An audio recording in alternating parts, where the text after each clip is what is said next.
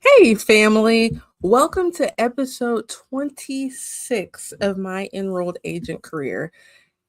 I still feel really good about being back, and I'm excited to go to part two of this new series that I have for you within this podcast. So, if you're new here, I'm your host, Timalyn Bowens. I am America's favorite EA, and on the My Enrolled Agent Career podcast, I share my story. I also share lessons that I've learned. But in addition to that, I also bring on fellow enrolled agents to share their stories, excuse me, to help you along wherever you may be in your journey. This podcast is real, raw, and uncut with little to no edits, which is why if you're watching, you just saw me sneeze on here, right? But the reason for this podcast is because I had a lot of people reaching out who are from different industries and career paths who were wondering if the enrolled agent credential was right for them. And I have a traditional background in accounting. I did 5 years in school to get my 150 plus hours. I worked 3 years under a CPA. I worked at a CPA firm that just gone international. So for me, it's easy to say, yes, you don't have to go this path and you can still be a successful EA. But what this podcast allows you to see is that people who have come from different paths and who are successful EAs, right? We've had the episode with Tony Frezza, who is a pharmacist who's now an EA and has multiple locations with his EA firm. We have military spouses who became enrolled agents and now they're representing taxpayers. We have EAs who are also EAs and CPAs. There is likely a story on this podcast that you will be able to relate to. And it's my hope and desire that you also feel inspired by it. Okay. So if you're new here, don't let this be the first and last episode that you listen to. Go check out episodes 1 through 25 as well, so that you can hear not just from me, but from others. And those shared experiences, I promise, will help you on your journey, whether that's to know that you can do it or if it helps you solidify, hey, I don't think this is for me. Okay. Now, after about 6 month hiatus, no, I'll say 5 full months, because the last episode was in December of 2025. And then, well, not the last before this series was December 2025. And then I came back last Sunday, June 1st, and I wanted to lay another foundation for you all because there's a spot where people get stuck and they're like, I don't know what to do next. I don't know where to begin. So, in last episode, I talked about goal setting and we talked about having faith in yourself, having discipline, and taking action.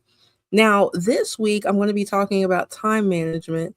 And then the week after, I'll talk about service offerings that you can have as an enrolled agent in your firm, marketing, and pricing. All right. So, before I get into the time management, I want to invite you to make time to join me in the installment agreement class that I'll be teaching this Thursday, June 11th, from, I believe, it is 12 p.m. Eastern to 2 p.m. Eastern.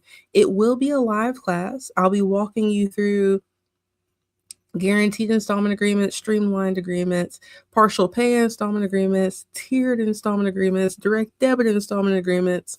But the most important part is walking you through how to fill out a Form 433A.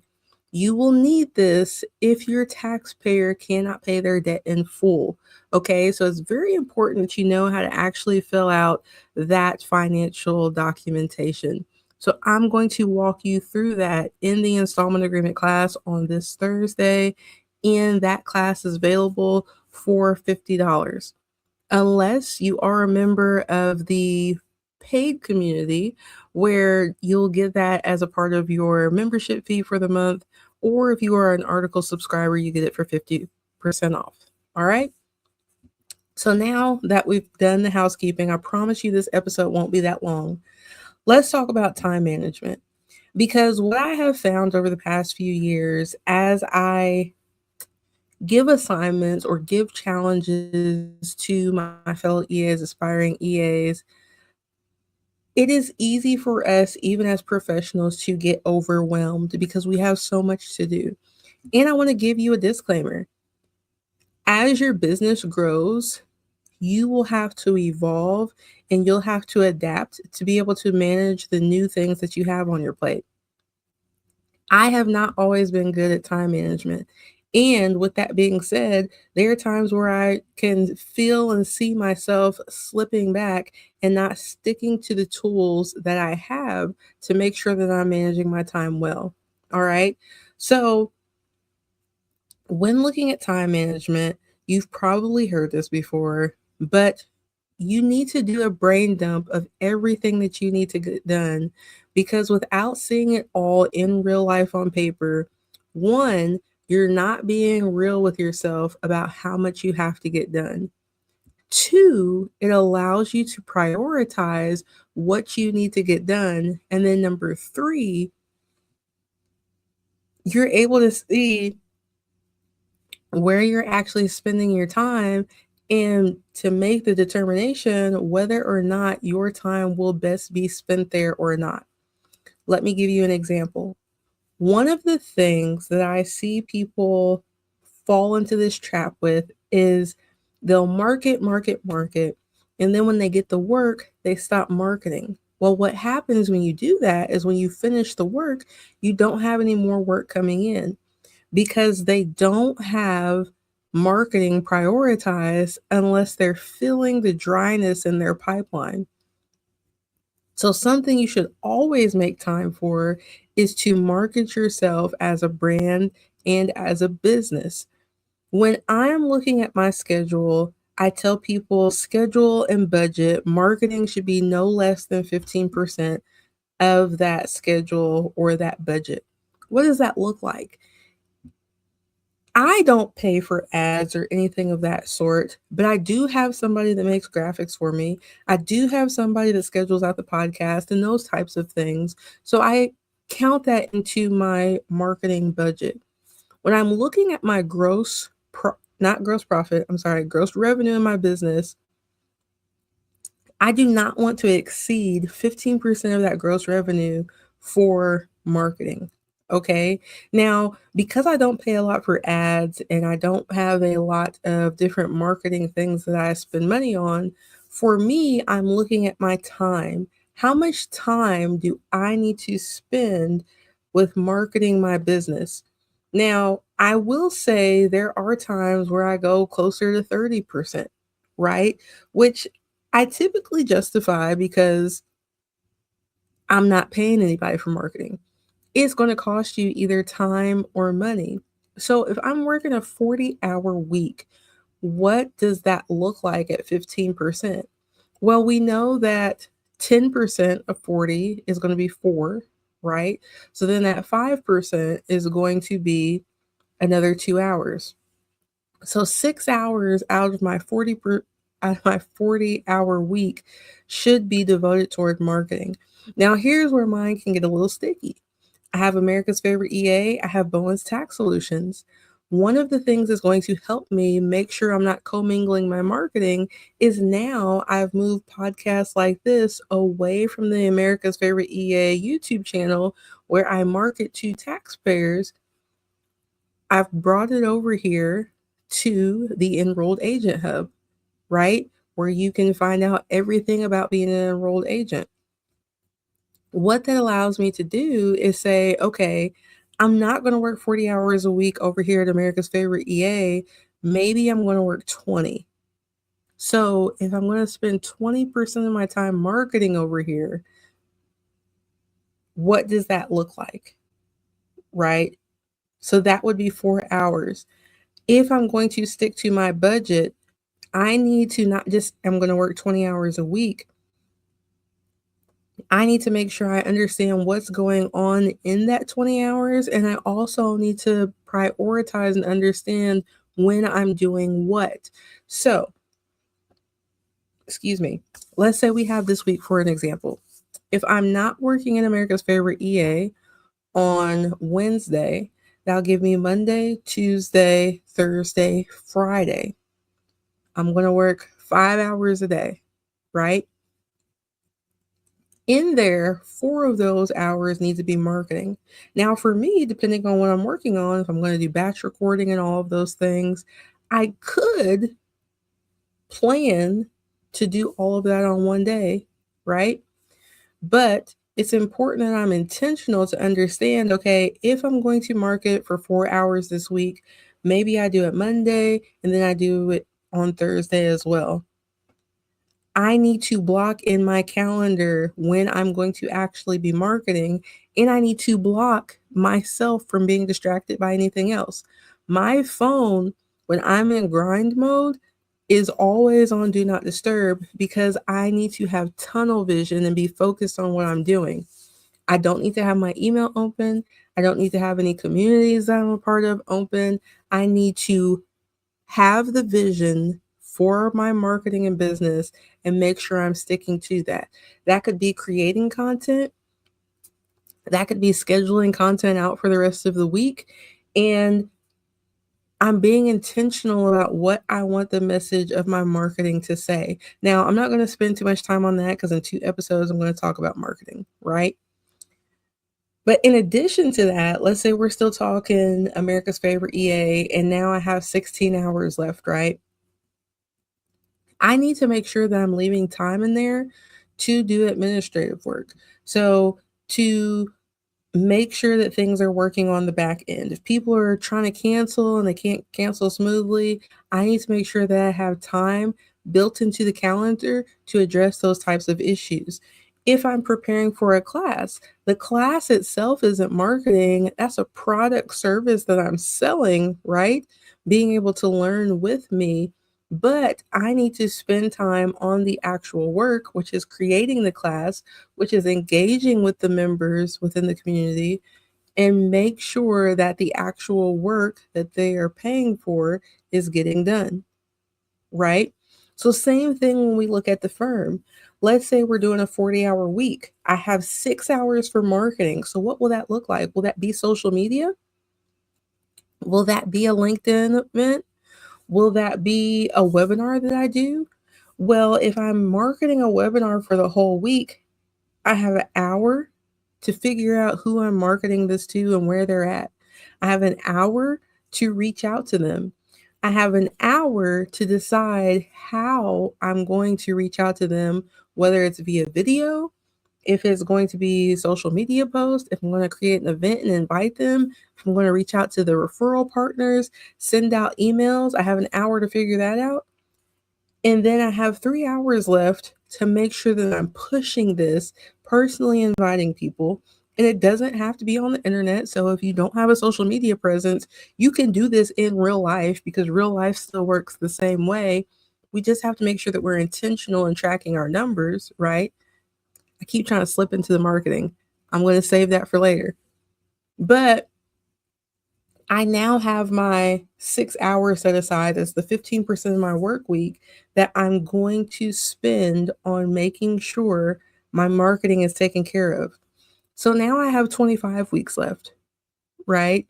If I don't have any clients in the door yet, what do I need to do? I need to look at how to prepare my system to make sure it can handle when I do have a client that comes in the door.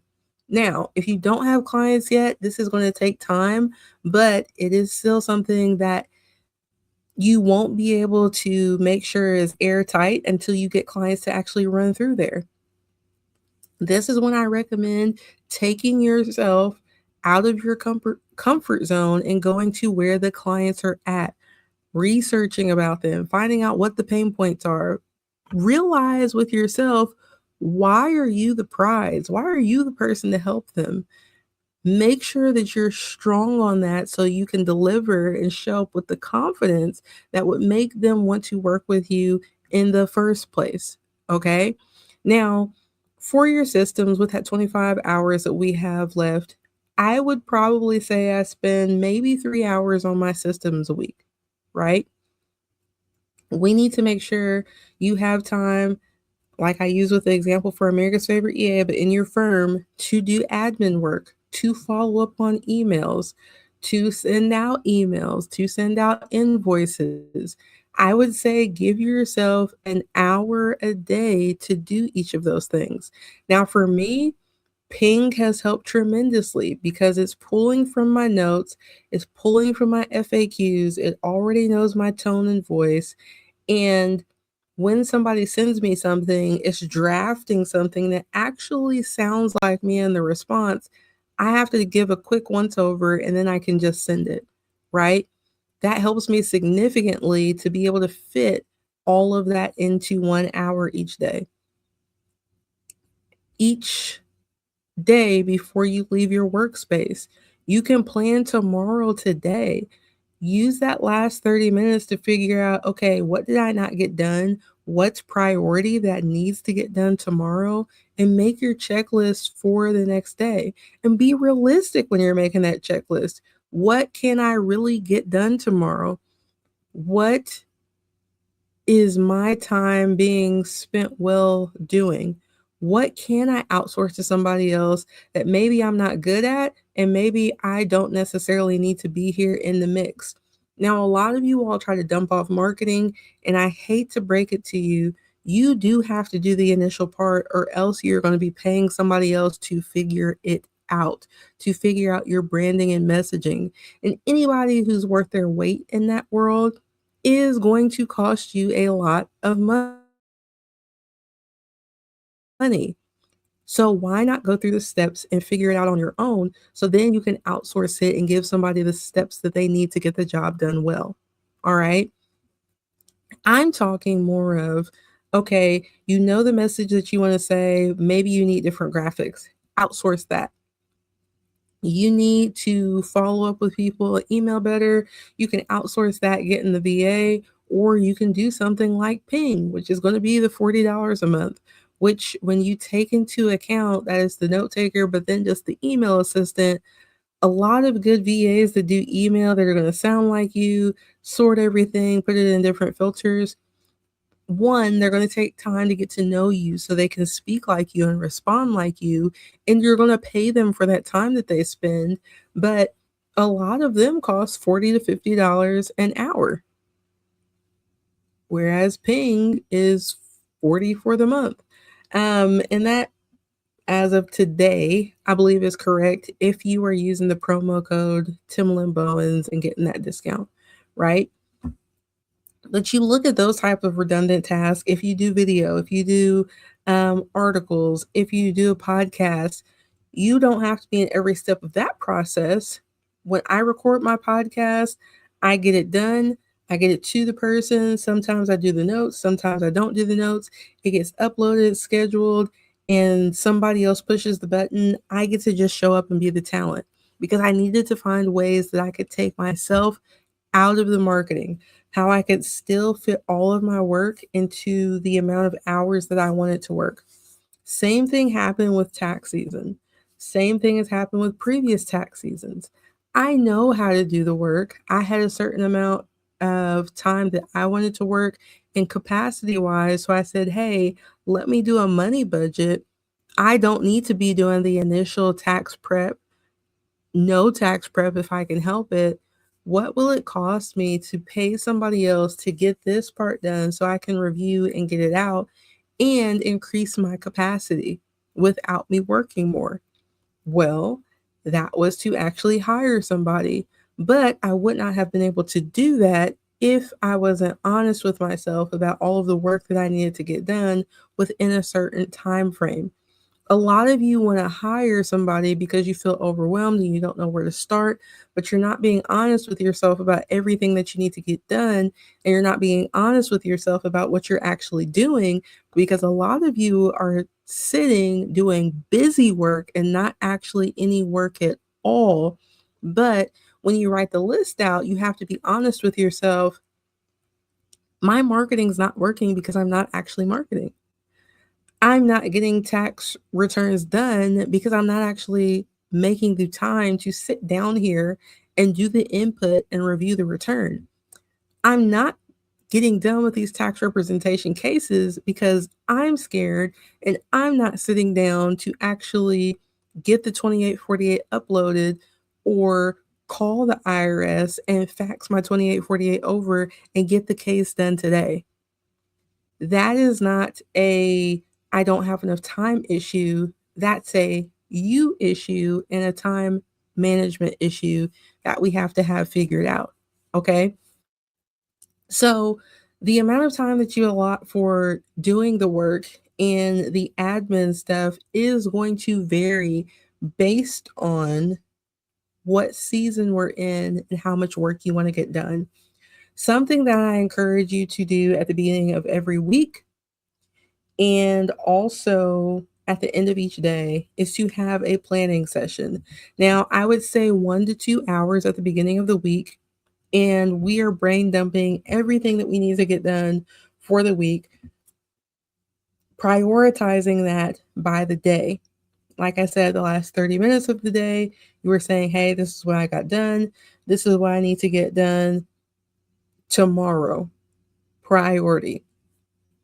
So that 2 hours that we have at the beginning of the week, then if I'm doing 6 hours of marketing, I'm probably going to spread that across all 5 days, right? So let's say you do, what is that? That's not an hour 15. It's closer to like an hour, 12 minutes. So we have 2 hours to plan. We have an hour and 12 minutes that we're going to do our marketing. Then at the end of the day, remember we got that 30-minute slot. So now we're looking at what? Almost 4 hours so far for Monday. You need an hour to do your admin work.